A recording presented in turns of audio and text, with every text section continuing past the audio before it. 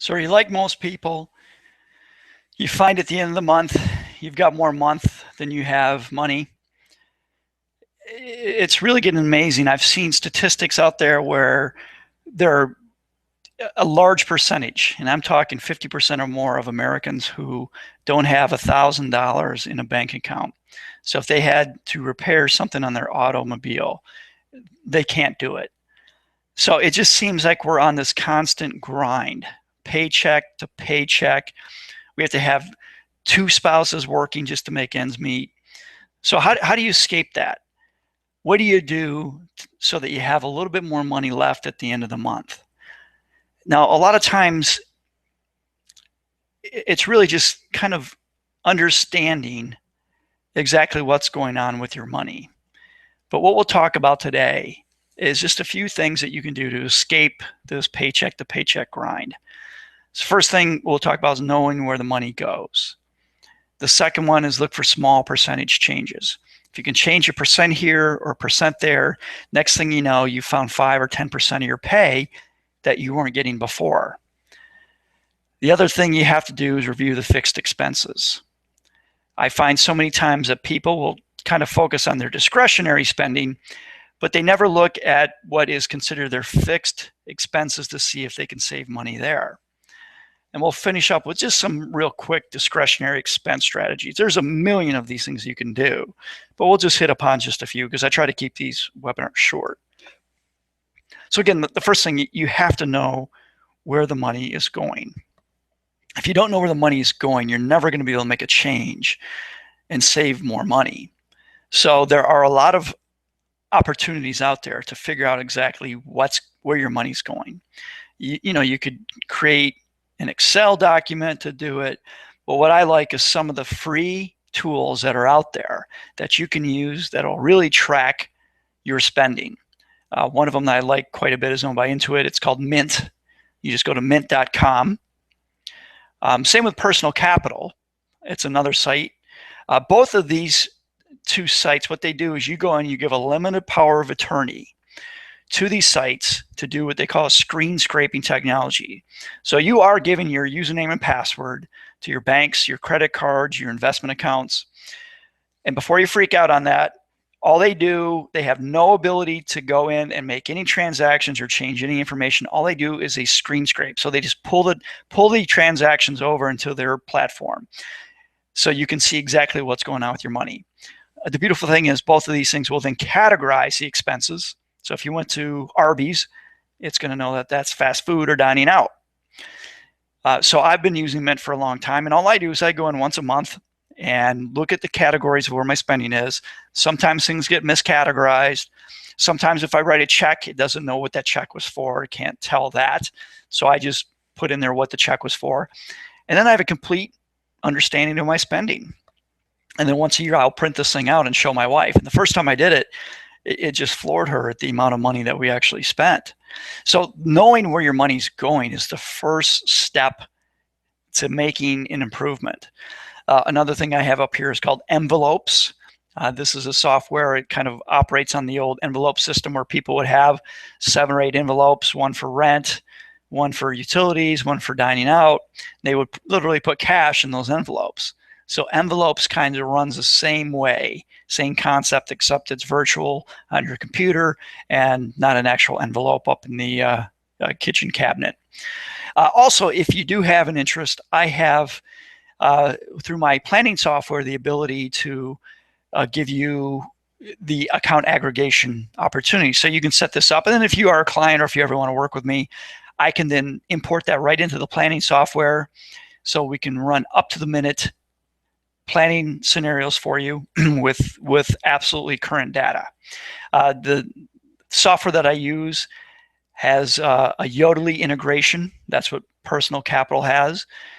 Mint uses Intuit's aggregation. I find Yodlee is a much better aggregation tool than Intuit, but they're both good. And if you have an interest, you let me know. So the first step, know where your money's going. Once you know where the money's going, then you can start to see what you can do to reduce your spending. Because when you really start to look at it, there are going to be things that jump out at you. Could be dining out, could be coffees at Starbucks, It could be utilities. Something's going to jump out at you as, whoa, we spend that much on this. That's when you can start to really narrow down and make some changes. Now, the other thing that you have to do first is the money you do have, you want to try to optimize that. Now, in this low interest rate world, it's very difficult to do. But remember, we're just looking for small percentages. If we can find a few different areas of your life where we save 1%, next thing you know, we've found 5 or 10%. And that can have an enormous impact on your life going down the road. So a lot of times what I'll find is a lot of people have their checking accounts and savings accounts at a big bank earning 0.01% annually. Well, you gotta break that. So there are a lot of internet money markets out there. I use Ally and Everbank myself. These things pay between 0.7 to 1% annually. Now I know it's pretty pathetic when you have to think of 1% as being a good return, but for money that's just sitting there, emergency funds, things like that, that extra 1% is going to add to your bottom line. And like I mentioned, we're looking for small singles here. We're not looking for big home runs. You add enough singles together, you win the game. So I would look at these things. What they do is they integrate right with your main checking. So if you're at one of the big banks and you have your checking account there and that's where all your bills are paid out of, you can move money back and forth virtually to Everbank or Ally or Discover. Very simply, you just log in and move it over.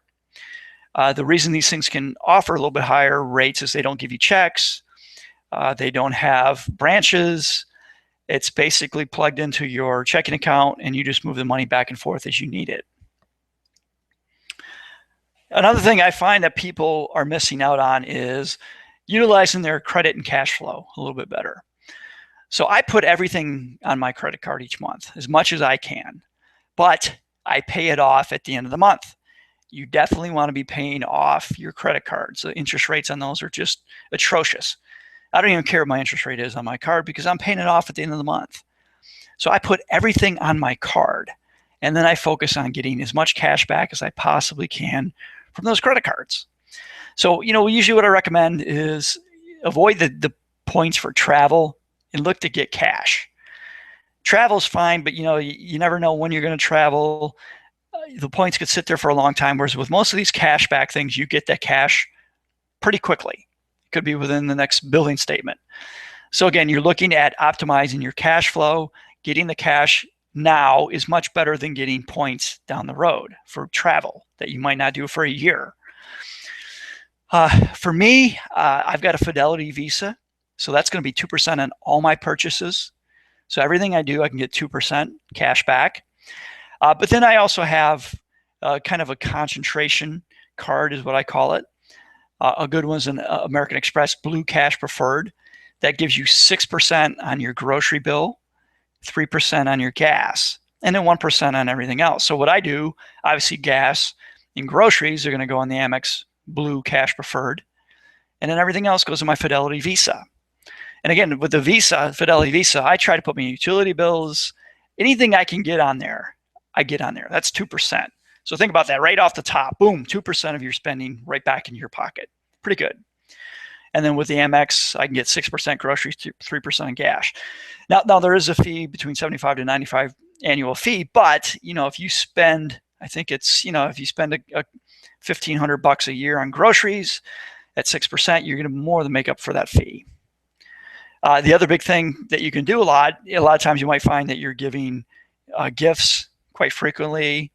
And usually what is it now? Gift cards. Nobody buys gifts anymore. They buy gift cards.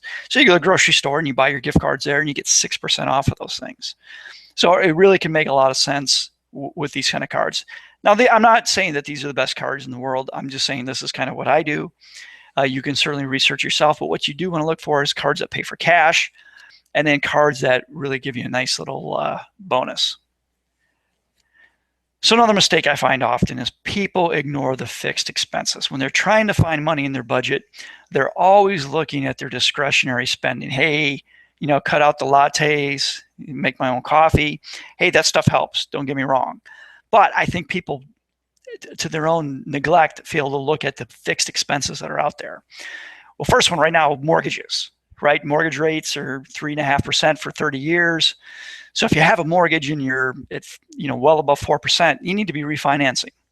That could save you maybe $1,000 annually I mean, think about that right there. One little move, and every single year until you pay that mortgage off, you got $1,000 in your pocket. Not too bad. The other thing, insurances. I find by reviewing your insurances, and I'll talk a little bit more about that in a second, but by reviewing that, you might be able to save $500 to $2,000 annually. So these are costs that happen each and every year. If you can find policies that are cheaper right now and you keep it for 10 years, you might put, $1,500 a year in your pocket. That's 15 grand over the next decade. Just think about that. Utilities, there's ways you can save. I don't really want to get into all the little things like putting a blanket around your hot water heater, closing your shades when it's sunny outside, opening during the winter when it's sunny outside. A lot of little things like that you can do. That you can find that stuff online, but those things do add up. Turn out the lights at night if you're not in the room, that kind of stuff. But there's other things too. Some states here in Maryland where I live, you can pick your supplier. So sometimes you can save money just on the energy supplier. Maybe $120, $150 a year. Doesn't seem like much, hey, but it adds up. One area I find people overspend all the time is cable bills. Oh man, they got Showtime, they got HBO, they got all the channels. I mean, who needs 600 friggin' channels? Honestly, do you really need that much? So really, let's start to look to downscale this thing to what you're really watching. Let's cut things out. Maybe you even get rid of cable altogether. I recently got rid of cable. Now, my kids aren't happy. We lost a lot of the Disney Channel stuff, but I'm saving like $70 a year just by cutting out the cable. We have an antenna that gets the basics, NBC, ABC, that stuff. And then, we have Amazon Prime and Hulu, so we can basically get the shows we want to see anyway. But, we're saving $700 a year when it's all chipped in and factored out. Home phones, right? So people still have their phone lines. So look for a voice over the internet protocol. So you've probably got Wi-Fi in your house. Well, hey, why not just go to a VoIP system? You could do Vonage. I use something called UMA. You pay like $50 for your equipment up front, and then after that, all you pay for is your taxes, the FTC taxes each month. So it's like $3 a month. So I'm saving like $250 a year just on home phone. Cell phones are another big area. I just find people have unlimited plans. They have high data, and they're just not using it. So, as long as you don't have any big penalty to switch, you might want to look at downscaling a little bit, get a plan that's a little bit more custom to how you actually use it. You might save anywhere from $20 to $50 a month. So again, think about that. Think if you could add $500, boom, right off the top without affecting your life at all. Some other little things that you could look at is taxes, right? Tax planning is essential. Most people, their tax experiences, they get them done in February, March, or April, put it away, and they don't think about it again until February, March, or April.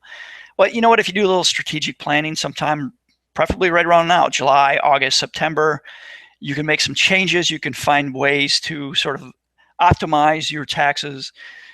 Again, every dollar you earn, if you're giving up, let's say 25% to federal, then maybe you got state income taxes of anywhere from 3 to 6%.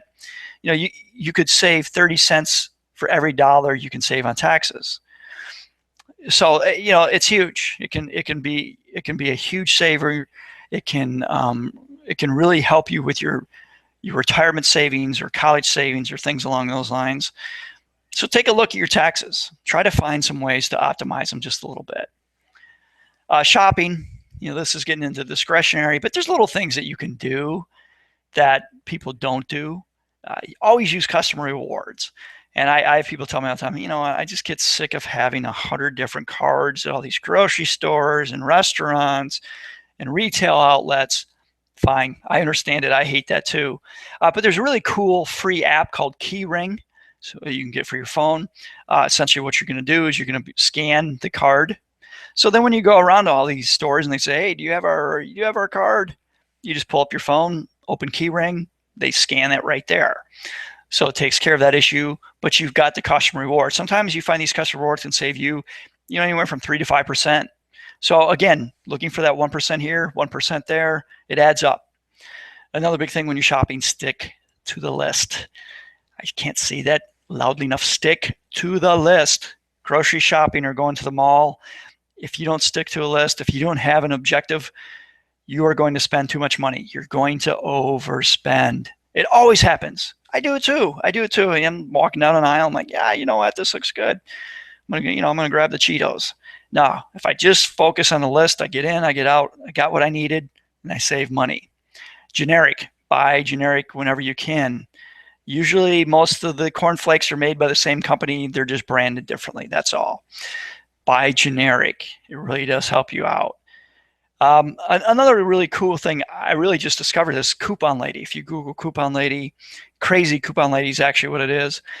She sends like a email a couple times a week, and she does an amazing job of finding deals all over the place. I don't use all of them, but sometimes I'll look at them, and if it's something I might be thinking about buying, I've just saved some money I wasn't going to save otherwise. So insurances, I mentioned insurances a little bit. The big thing, every couple of years you want to be looking at your home and auto.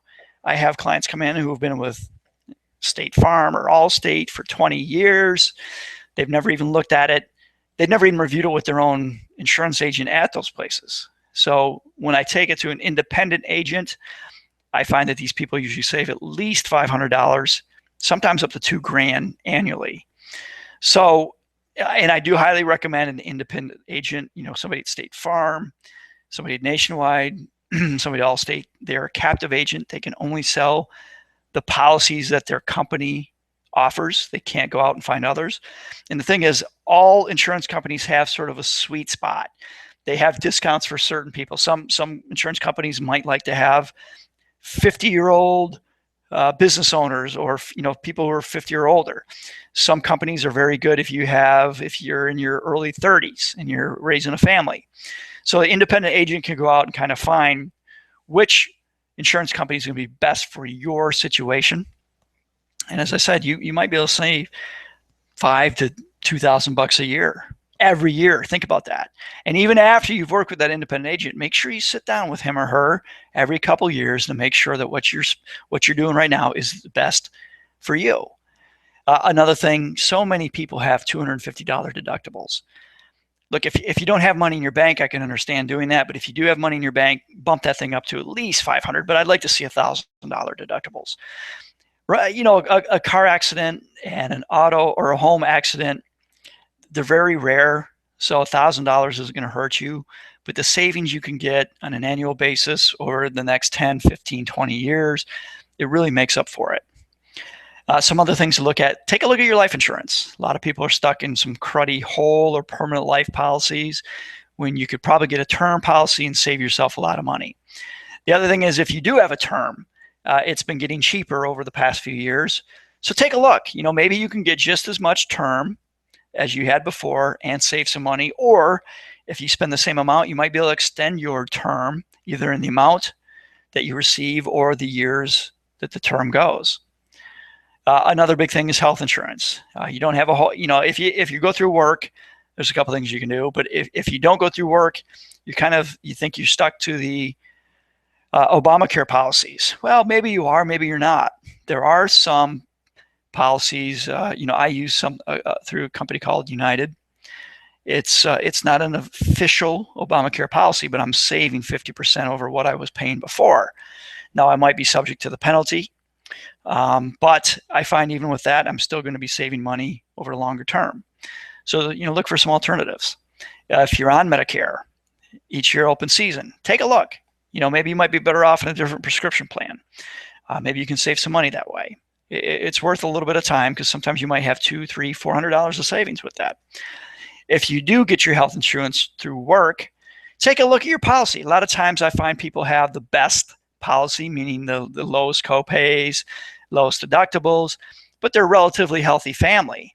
So you're really overpaying for the health insurance. You might be able to get a higher deductible policy and couple that with an HSA plan, savings plan. So over the longer term, you're going to cut your premiums a little bit, so you'll save money there, but then you can also fund this HSA plan. And if you remain healthy, these things grow over time. So now you're building up a savings plan right off the top. So maybe the plan you have now, you're not going to save any money when you go to a higher deductible plan because of the HSA plan. But if you don't use up all that HSA, now you've got savings that roll forward each and every year. And the HSA is the only truly tax-free vehicle out there. You get a tax break when you put the money in, and when you pull the money out, if you use it for medical, no taxes. So, what you can do is end up having an asset, which is savings, just by switching your corporate plan. Autos. This is another area people overspend. First off, drive a car till it dies. I know you want a new car. Everybody likes having a new car. I'm sitting here driving a 2004 Kia minivan with dents. The paint's fading, but the transmission works. The engine's solid. Air conditioning's good. The heater works. So it gets me where I want to go. It looks ugly, but it runs fine. And every month I can delay buying a new car. That's another month I don't have to outlay cash, either a lump sum or $300, $400, $500 a month. Think about The Millionaire Next Door. It was a great book that came out back in the 90s. And what they found is most millionaires don't drive Mercedes, Lexus, BMWs. They're driving the Buicks, the Fords, the Kias. You want to buy cheap cars. Don't get your self-esteem from the car you drive. That's a dumb financial decision. Okay, if you're making tons of cash, okay, maybe treat yourself. But if you're looking for ways to save money, you should not be overspending on a car. Another thing, don't ever lease. Don't lease. You're going to waste your money over time. Buy it, keep it for a long time. You're going to be putting thousands of dollars back into your pocket over the next decade. Thousands. I mean, we're talking probably $10,000 easy. Little things to do with your car. You probably heard this. If you inflate your tires, make sure your air filter's clean, you could cut your gas bill by 10%. Again, not huge, right? So if you're spending $200 a month on gas, what if you're now only spending 180?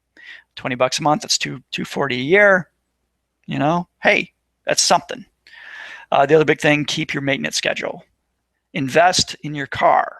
That is not a place you want to save money by not doing oil changes, by not doing tire rotations, by not doing the general upkeep. If you're going to keep your car till it dies, you want it to live as long as possible, you got to do the maintenance. I always like the phrase, I think it's basically comes from the Buddhist belief that the stuff you own eventually ends up owning you. And what does that mean? Well, if you keep buying stuff, that means you have to keep working for it. If you have to keep working because you keep buying stuff, well, eventually, who are you really working for? You or the stuff you bought? So you really have to start to reprogram yourself to go from, hey, I want to own this, to, I really don't need this. And in fact, what you want to do is start to get rid of the stuff you have. I'll guarantee you that you have a ton of stuff, probably 25%, maybe even as high as 40% of the stuff you own, you never use, or you use so infrequently that it's really not worth having. So sell it, garage sale it, give it to charity, get your tax write-off, get rid of it. One, you're getting rid of stuff that you don't need, so you're going to simplify your life. But the other thing is you're changing your financial situation by doing this. Another thing, if you are going to buy, always look to buy used or refurbished. You can save a lot of money by doing that stuff. Maybe you only save $100 when you do it one time, but if you do it continually over the next decade or two, you're talking thousands of dollars. I use this all the time. Look to the library. You can get DVDs rather than going to Redbox. You can get books rather than buying books. All of that stuff. Again, we're looking for small things that add up to big things. And this is one of the areas. Unused memberships is another. Oh man, I see so many people. I look at their credit card statements and they have Planet Fitness. And I'll ask them, do you go much? I'll start up in January, go to February, and I really don't use it much after that. But it's only $10 a month. Planet Fitness has built its business model on people who the fee, it's a small fee, we'll just keep it going, but they don't use the gym. They don't want you to go into the gym because they only charge you $10 a month. They couldn't afford it if everybody was coming in and using up the equipment. Get rid of it. Get rid of it. It's only, it's only $120 a year. It's $120 a year. What else could you use that on? That could be savings, for crying out loud. Come on, kids' college. Let's go. $120, $120. Magazines is another one. You get these magazines. Why do you get magazines? Come on. You know, you could do a subscription online for probably half the price, but guess what? Google can get you all that information as well.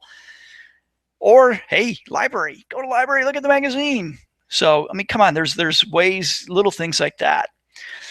Stuff you own, appliances. You know, hey, it's nice to have that new refrigerator or a new vacuum or new TV, all that kind of stuff.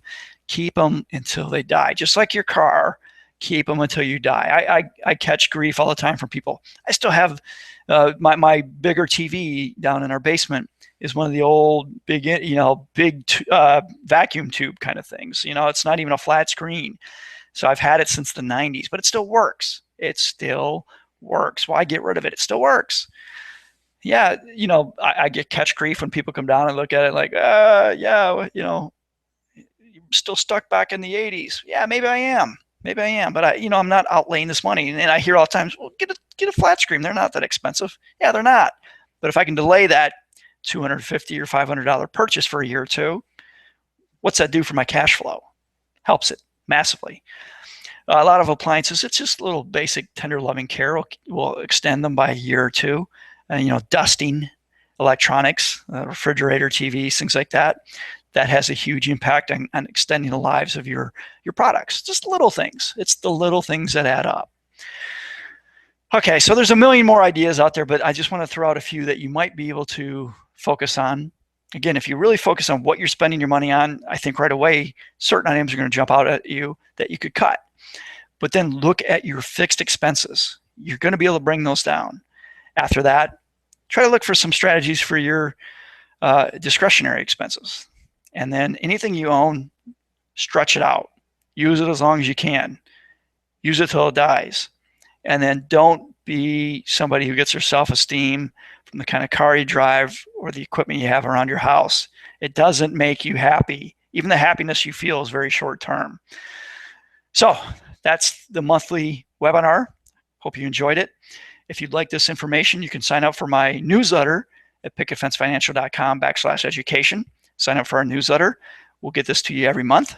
You can also find us on a Facebook page for Picket Fence Financial or our YouTube channel. Just type in Kirk Kinder and you'll find it. So thank you for your time. And if you have any questions, please let me know.